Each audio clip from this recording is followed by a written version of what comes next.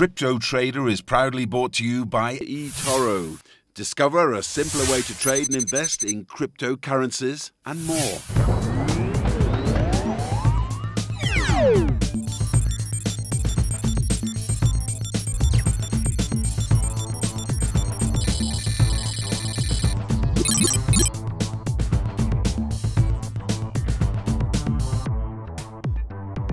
Another brutal week on the markets, with markets nearing the dangerous $300 billion mark. Google follows Facebook and bans cryptocurrency advertising.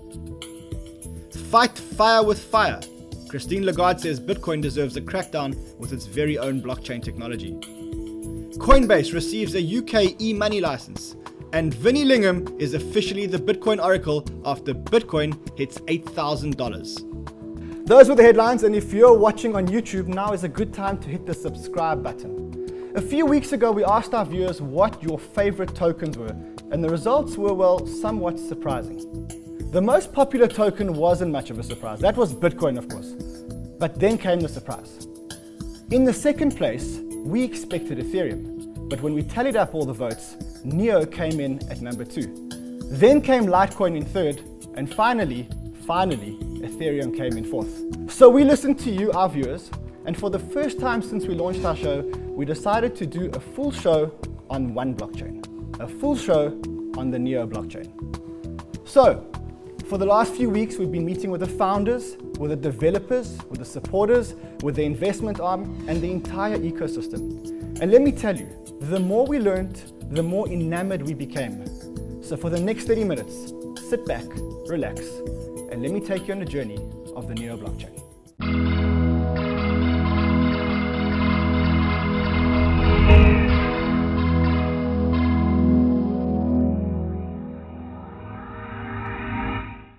Da Hongfei is the founder of Neo, and I have him on the line from Melbourne, where he's hosting a Neo meetup. Da, I've been fascinated by your project, as you know, and in particular because you started off with humble roots. If I recall correctly, you raised about $4 million to start this project. When you went out to start this project, what did you set out to do? Crowdfunding really works in the crypto world. So we're trying to build a platform to better serve crowdfunding in the crypto world. So when we look at Neo today, it's much more than a crowdfunding platform. How did the project evolve from a crowdfunding platform to what it is today? Yeah, crowdfunding is very similar to today's ICO. But the only difference is today's ICO, they usually use a smart contract to accept those investment and issue token automatically. So in about 2015 to 2016, Ethereum had been quite popular, not as popular as today, quite popular, and had proved that smart contract is achievable. So we decided to design, but there are still problems with Ethereum smart contract. So we decided to design a better version of smart contract, different version of smart contract for Neo around that time, 1 or 2 years ago.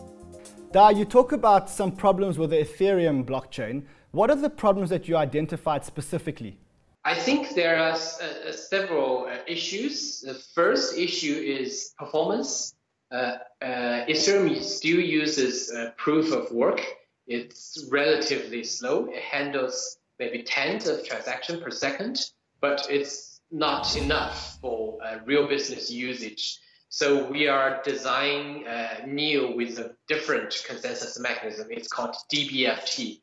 It is fast, and it's you don't need to wait for several confirmations. It has perfect finality, and it is also regulation friendly. It's possible to regulate Neo, but not from one jurisdiction, but globally. If there is an international cooperation, it can regulate Neo blockchain with DBFT consensus.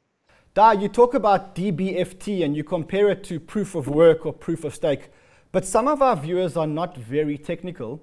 Can you give us more of a layman explanation on the difference between proof of work and proof of stake versus DBFT?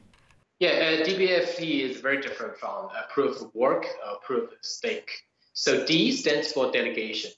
And that means every new token holder can vote in those consensus nodes, who can take part in the consensus process.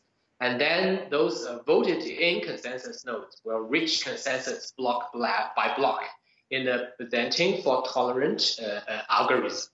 So it's you can look at it as a two-tier system. So it's because you have to vote for someone, you need to know their identity. You need to know who they are, why you should vote for them, and so people can contact those delegated consensus nodes, and even governments regulations can contact them.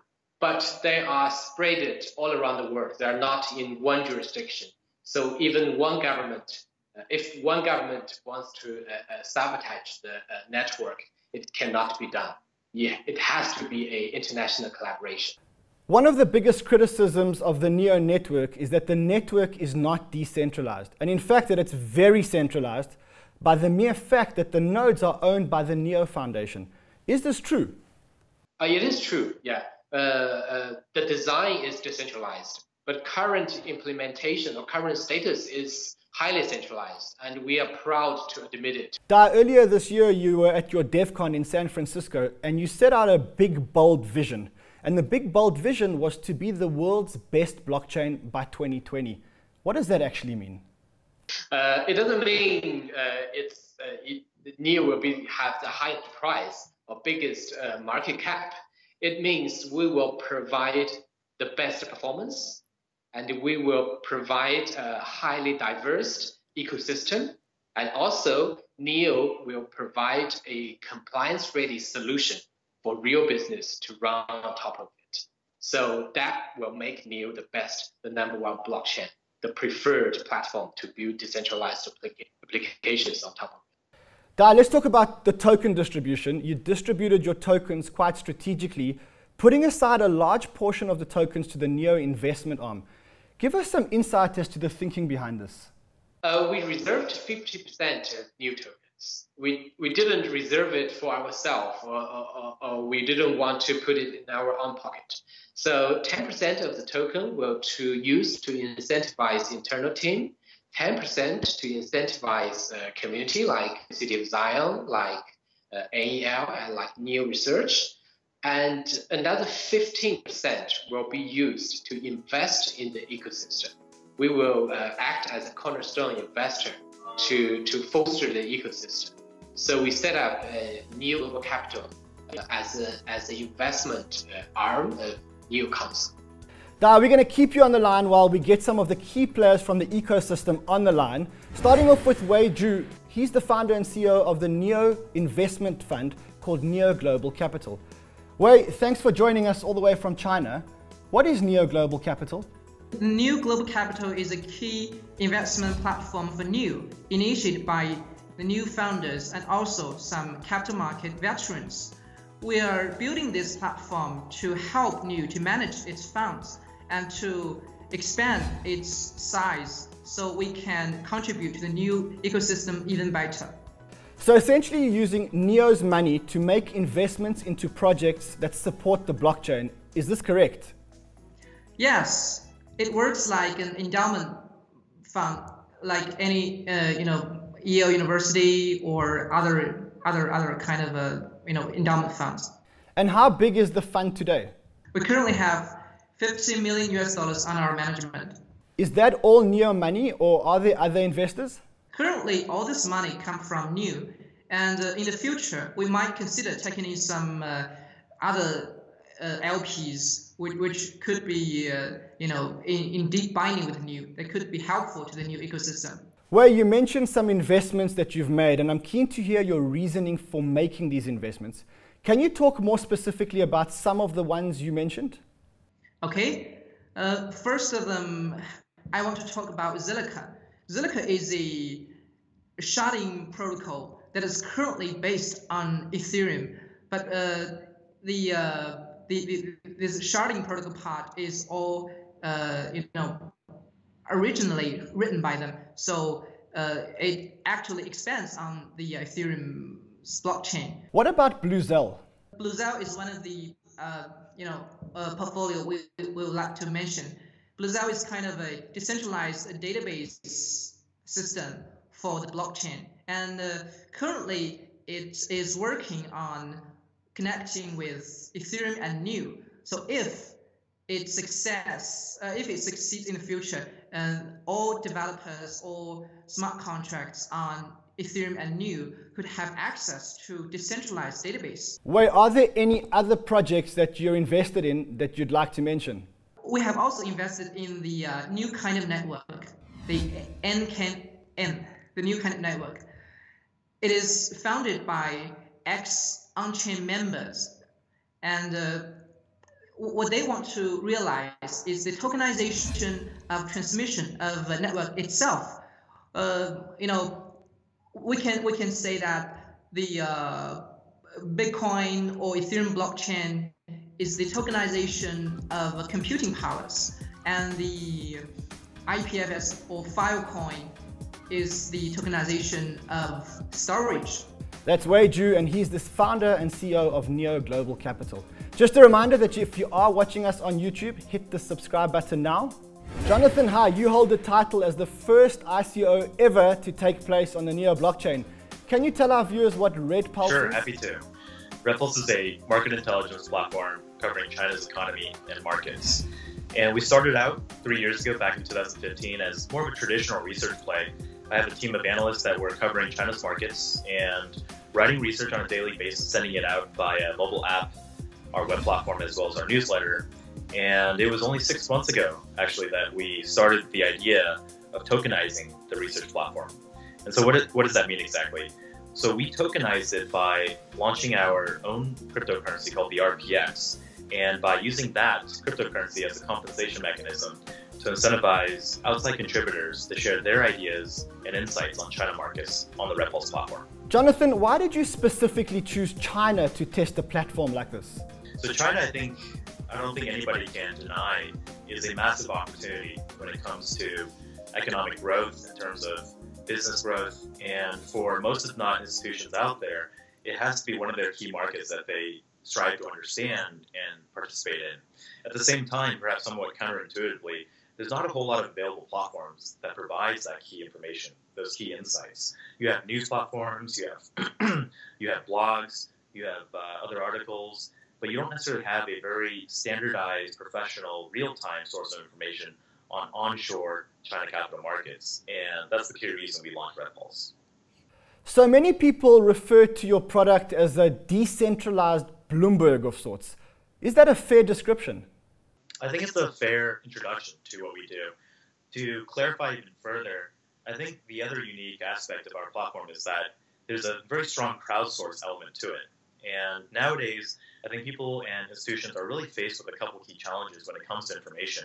The first being information overload. When we're all living in this digital economy, so to speak, the information age, we have email, we have news reports, we have research from external sources, perhaps even internal sources, and we're dealing with this information overload on a daily basis. How do you really drive that key information that is more relevant to you? That's the big problem that we're seeking to solve. At the same time, there is this phenomenon that people have recently dubbed fake news, but it's not a recent phenomenon at all. It's been around forever. It's just any time you come across information that may be inaccurate or maybe intentionally inaccurate, that can be considered fake, and it's considered a detriment to when you're trying to process all this information for business decision-making purposes. And so to solve that problem, we're focused on the socialized element of information. And it's the key reason why you see platforms such as Facebook becoming so popular nowadays as a source of even factual and market information. It's because you can trust your friends, you can trust your colleagues, and we're able to incorporate that socialized element into Red Pulse as well by allowing these peers to vote on those contributions on our platform. Jonathan, before we let you go, if I remember correctly, your ICO was one of the top performers last year. Can you give us some insight as to the pricing? So we ICO'd at a price of 0.0283 cents USD, and we're now, I believe, on secondary markets, and it's being traded at somewhere between 11 cents and 12 cents. But of course, even at the ICO and throughout, we've been quite clear that people that are purchasing this asset shouldn't have any sort of expectation of price increase or decrease, but it's just a happy surprise that it actually has increased in value. Now, speaking of secondary markets and exchanges, Daniel, you're the founder of a company called Loopring. Loopring develops platforms that allow users to create their own exchanges. Loopring developed a platform for the ERC20 protocol, and now you're developing one for the Neo protocol. What made you choose to develop for the Neo protocol? Neo have a future in China, we believe so. They have very good connection with the regulators. They have a very unique blockchain consensus model. They have a very good user base. So as a protocol, we want to minimize our risk. We want to deploy on top of the best blockchains. And we believe Neo is one of them. Daniel, what are you building on the Neo blockchain? It's the same protocol that enables us to trade ERC20 tokens on Ethereum. We are building the same protocol on top of Neo so that we can trade NEP5 tokens issued on top of Neo. Daniel, are you building a centralized exchange or a decentralized exchange? It's not a centralized exchange, and it is not a decentralized exchange as well. It's a protocol for people, for anyone to build a decentralized exchange. So we are open source everything so that people can just put together those pieces of all the software we offer so that they can be part of this decentralized exchange ecosystem. Fabio Canessen, you're one of the original founders of City of Zion, which is a not-for-profit organization, and now you've gone commercial by developing your own application on the Neo blockchain. Now, City of Zion is essentially a bunch of highly skilled developers that come together on a voluntary basis with the purpose of making the Neo blockchain more developer-friendly. They started off by translating the developer notes from Chinese to English and have since developed a whole lot of developer notes. Fabio, why did all of you talented guys decide to get behind the Neo blockchain when there's so many other blockchains out there? So this was a consent decision and was based on our experience of City of Zion. So Neo has some features for the applications we are doing on that are important. So namely what we are doing, we are building a decentralized exchange system. So it needs some features from the blockchain that Neo has really powerful, which are finality and performance. So other blockchains, they can have different sides of the truth, and this cannot happen in Neo. This is very important when you are selling a transaction. So that's why we choose Neo. Fabio, can you elaborate a little bit around what you mean by finality? I thought blockchains had finality, and that was one of the characteristics of a blockchain. No, so actually what happens is most of the blockchains on the market today, they run a lottery system, and this lottery system has a clock. So every time you have a winner, and this winner writes a block. But sometimes, due to miscommunication, due to many factors, you have different truths on the blockchain, different blocks being emitted. So what you actually need, you need what they call confirmations. So you need more blocks on another chain, so the chain continues. So you need more blocks, and they call these confirmations for some path you are following. So then you go and follow the longest path, but you actually have many paths happening many times. And for exchange, the issue is that you need to, if you are doing settlement on the chain, you need to keep monitoring if you are on the longest path. So you need to wait for many confirmations. That's why when you send a token to an exchange, you have to wait like an hour or two to actually have these many confirmations. Fabio, you were one of the founders of City of Zion, and now you're developing a commercial application on the blockchain. Tell us what you're building on the Neo blockchain. So what we are building this trade platform called Neo Exchange Next. And this platform is going to offer solutions for everything trading on blockchain. So many times you need trades in blockchain. Sometimes they are transparent, sometimes they are hustle. So what Neo Exchange we're going to do is we're going to do a decentralized system that will have a decentralized exchange, something retail like people know about Binance, Bittrex, and these other solutions out there, leaders of the market. But we also going to have things like payment services that developers building on top of Neo can use to accept tokens and to request tokens from their users. So this is very important to bring actually users to the blockchain. Right now, it is too disconnected, and we need this kind of solutions that make easier for developers to request payments and for users to have the tokens they need to. Fabio, a few weeks ago when I had your friend and partner Ethan Fast on our show, he mentioned that you weren't raising any capital yet. But subsequently, I read that you actually are raising capital and that you're doing an ICO in a very novel way. Yeah, sure. So what we have is only 10% of the tokens were spent on partnerships. So these are actually partnerships that are going to use the token. So it's not only investment. For example, fiat gateways, they're going to mine Neo and gas from the system by staking the next token. For the remainders of the token, what we're going to do is we're going to do a lottery, and the winners of this lottery will be able to participate on the ICO. To make this a fair system, we're going to use an algorithm that the user can prove what is the number of his ticket. So it's quite innovative, and we know we could try to actually use this mass to increase the price, but that's not our goal. Fabio, why did you decide to do your ICO in such a novel way? Yeah, sure. So we have seen many people take advantage of these on Ethereum ICOs, and we are leaders of the community. So we are founders of City of Zion. So we wanted to set the standard, so give the example. So that's why we are doing this, even though it can have a financial disadvantage for us. Where can my viewers go to get onto this lottery list? Yeah, so 12 March, the lottery list opens. So probably when this is aired, they can enter the website and register. So it will be open from March 12 to March 30. So Fabio, the Neon exchange is going to be a decentralized exchange that allows for trade of Neo-type tokens, right? Yes, so we will start with Neo. We are launching on Neo, but we're going to be cross-chain. So Neo exchange itself is not tied to Neo. It works on Neo. It is going to work on Ethereum. It's going to work on other blockchains that support smart contracts. And the ones that do not support smart contracts right now, there are solutions being built that they call second layer solutions, and we're probably going to be able to launch on these ones also. Now, speaking of cross-blockchain transactions, OneChain was one of the pioneers in this space, and they ran a very successful ICO last year. The ICO was hundreds of times oversubscribed.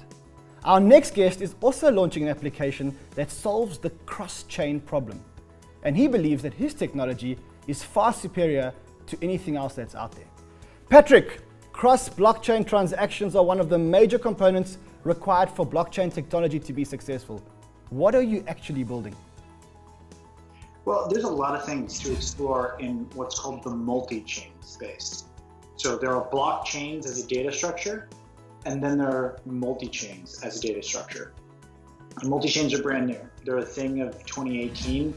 I'd like to say they're our thing, but they've definitely been a thing that's proposed over the last year, where it's this idea that you can prove things that happen on other blockchains simultaneously within the same ledger. And to get outside of like the technical bounds of that, it's really just, I can prove in Ethereum that a Bitcoin transaction actually happened. Patrick, in centralized exchanges, I understand how they overcome some of the risks.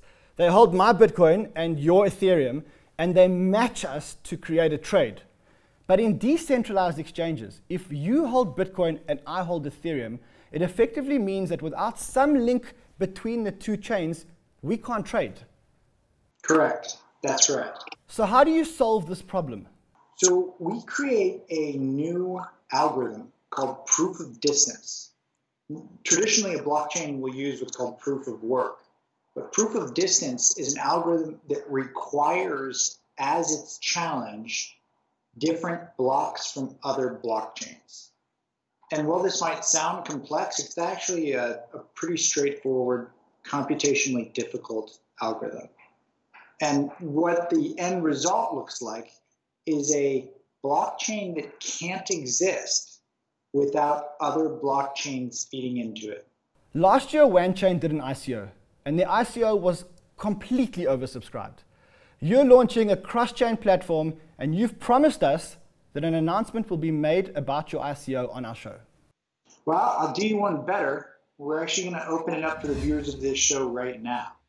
So if you go ahead and go to http://genesis.org/genesis.html, and then just type show, we'll unlock it for everyone here. Guy, we've had an amazing show. We've seen a lot of amazing projects, and we've heard from your investment arm as to what they're looking at. But as a founder, what are you looking at? I'm really looking into those projects that are trying to improve or create new infrastructures. I think we are still in the early days, and those applications, those higher level applications, may not be surviving after this if the bubble busts, and we already see the price dropped. But those infrastructure development will survive, and in the next few years, we will benefit from those infrastructures. One of the projects that we really wanted on our show, but we couldn't time it correctly with the founders, was Ontology. And I know because we spoke earlier, you mentioned that Ontology is one of your favorite projects or a key project on the Neo blockchain. Can you give us some insight as to why this is such a key project? Yeah, Ontology is a critic. You can do three things on Ontology. The first one is to create an ID, to identify things. The second is to attestation, to attach data to those IDs. And the third thing is the magical thing, that you can authorize other people to use those data that is linked to your own ID. And you can ask people to pay for it. So it's like a unified authorization layer for personal data, for organizations' data, for IoT devices' data to be shared, to be traded on blockchain. That sounds amazing, but for our viewers that are not technical, can you bring it back to earth with a real-life use case? If you are a user of Amazon, and Amazon can attach those spending record to your own data, and later on you can have your own personal data package. You can send it to a bank, and the bank can issue you a credit card based on your past consuming activity. That's all we have time for here tonight. Next week, we'll be in San Francisco, where we'll be bringing you live coverage from one of the big events on the cryptocurrency calendar. The event is called Token Fest. Until next week, I'll be on Twitter @CryptoManRun. If you enjoyed this content, hit the subscribe button now. Until next week, trade well, my friends.